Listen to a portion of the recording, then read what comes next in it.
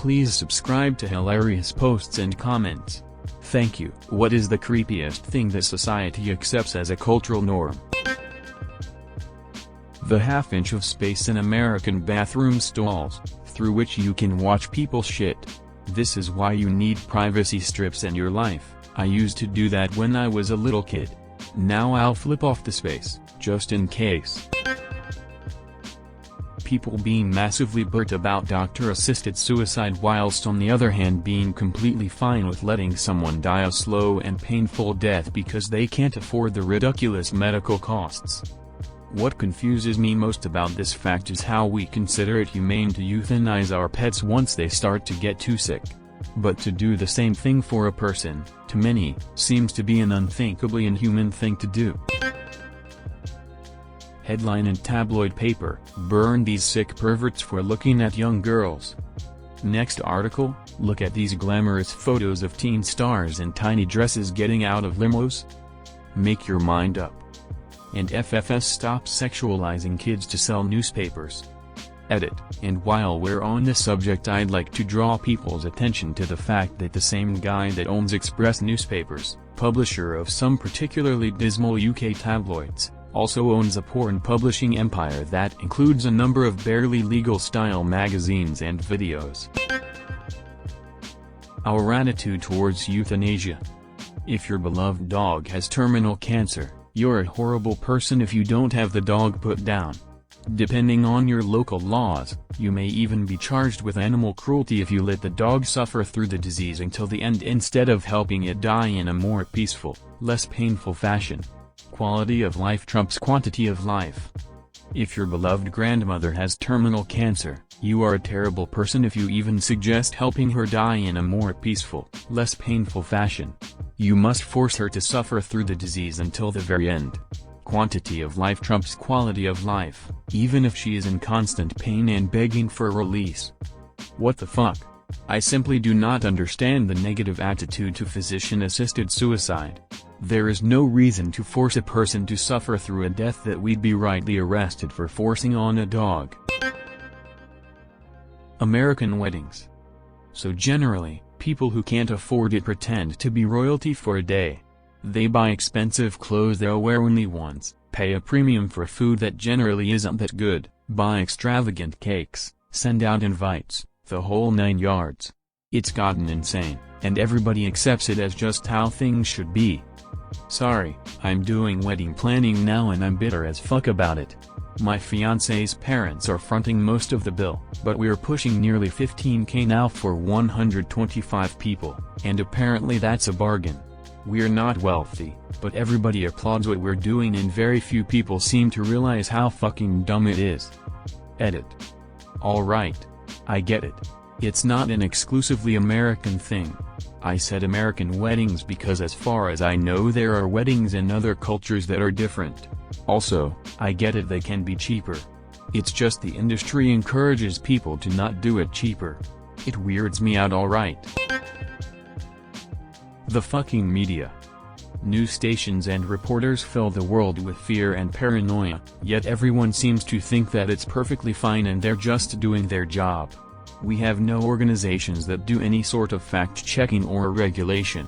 Plus, the majority of the information they use is biased and manipulated to push a certain agenda. I can't even watch the news anymore because I get so depressed. Yet I go outside and walk around and I feel okay. Edit. I know my comment is generalized, but at the core of it I think it's true. Clearly everyone doesn't think it's perfectly fine, I should have said many people. And yes, not all news sources are evil, and some actually care about reporting the truth for the good of the public. But I think we all can agree there are some major networks that are doing some scummy things to get people to watch their content. My wife and I decided to never have kids, and people still insist we will either change our minds or accidentally have one. When we say we can't afford them, they say we will find the money, and yet when we discuss moving out somewhere new, we get told that we should reconsider cause it's a big financial decision. It makes me sick. People I know worry about us having kids just so they can play with a baby, and not care about our happiness. And it's especially disgusting when we express our disinterest in ever having one, and are treated like selfish monsters. TLDR, people I know feel having children is more important than having a roof over our head. Touching pregnant women's stomachs without asking permission. Or even just asking how far along they are. Most of the times I've witnessed this, the women aren't pregnant and they usually don't have a belly. A really close friend of mine had this happen in the grocery store. A woman came up, touched her, obviously pregnant, belly, and said, "When are you due?" My friend squeezed the belly toucher's breast and asked her cup size. Purity balls. WTF. From Wikipedia, a purity ball is a formal dance event attended by fathers and their daughters which promotes virginity until marriage for teenage girls. Typically, daughters who attend a purity ball make a virginity pledge to remain sexually abstinent until marriage. Fathers who attend a purity ball make a promise to protect their young daughter's purity of mind, body, and soul. 1. Proponents of these events contend that they encourage close and deeply affectionate relationships between fathers and daughters, thereby avoiding the premarital sexual activity that allegedly results when young women seek love through relationships with young men. Edit. Want to get really creeped out? Here are some photos of father/daughter purity ball couples. The dresses look a lot like wedding gowns, too. Wow. The way that disabled people are treated. The voice change that people use to make it seem easier for the disabled to understand. Edit. Wow, I'm really happy to see that so many feel the same way. Exactly. My eldest brother has MS and is fully wheelchair bound because his body is too weak. He is perfectly articulate and he can think just like he did before he was diagnosed with MS. Sometimes when I see people talk to him like a child or like he has mental retardation, I want to be like, talk to him properly. He can understand you perfectly. But luckily my brother can tell them himself. He'll always say in his most well-spoken voice, "You know, I can speak and understand correct English." The person is always so apologetic afterwards and never quite knows what to say. Rather funny now. Getting defensive when people don't want kids. It's basically a third party badgering you for sex or additional kids. I had a rare condition that we thought would cause us to end up child-free. We made peace with it. 2 years later, we learned that, if we wanted, we'd be able to try for a kid. We made the decision to go for it. We had a baby, but it was high risk and the birth nearly ended in tragedy for both the baby and me. We came out unscathed but shaken. Everyone who knows us well knows what we went through, the tough pregnancy, birth near disaster, preemie baby, and we are still getting harassed 6 years on about when we're going to have more. Yeah. No thanks, I'd rather raise this one than risk dying to give him the baby sibling he needs. Cheerleaders. If the idea never existed, then imagine bringing the idea up for the first time. Yeah, we're gonna have your daughters join the sports team, but not playing the sport, or coaching, or reefing. They are gonna do flips and kicks in short skirts in front of other kids and parents. You know, to get them excited. We'll even color match their panties since they'll be showing them so often. Sound good? When I was a kid, on a hobby farm in rural Canada, I didn't believe in cheerleaders. I wrote it off as some Archie comic nonsense, like Jughead's hat. When I was about 10, I finally saw some cheerleaders in a Richard Pryor movie, I think, and attributed it to 70s shtick.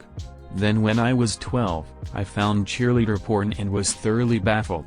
Finally, at 13, we got cable TV, and I saw American football. But it was too late. Cheerleaders will never seem normal to me. One thing that strikes me is the way homeless people are treated. Edit. Holy fucking shit. Like honestly holy fucking shit. You've outdone yourselves, Reddit. To be completely fair, my response to the op post was hardly enough to be deemed acceptable. It was late at night and I just thought of how awkward situations with homeless people can be and how at times they are treated less than human. I'm not some fucking social expert. WHO knows everything about homeless people. All of you have sent me 100+ messages over the course of 24 hours telling me what I think. Telling me why I'm wrong. telling me what's wrong with the homeless and why your opinion is right. Take a hike. I fucking said nothing. Goddamn. I don't want to hear your opinion on homeless people anymore. I just don't care. How in shows like The X Factor, The Voice, American Idol, etc. and with celebrities as well, women in their 20s and 30s see no problem with going wild over how hot or cute an underage 15-16-year-old is. They wolf whistle and scream, and the female judges even mention how hot the guy is. Is that not weird to anyone else? If your, for example, 30-year-old sister starts talking with her friends about how hot this 16-year-old pop singer is? What if your 30-year-old brother told you he thought the 16-year-old girl singer was hot? That's weird. Edit. I'm trying to say either gender going wild over the attractiveness of an underage kid is weird. I'm not condoning it for both genders. Please subscribe to hilarious posts and comments. Thank you.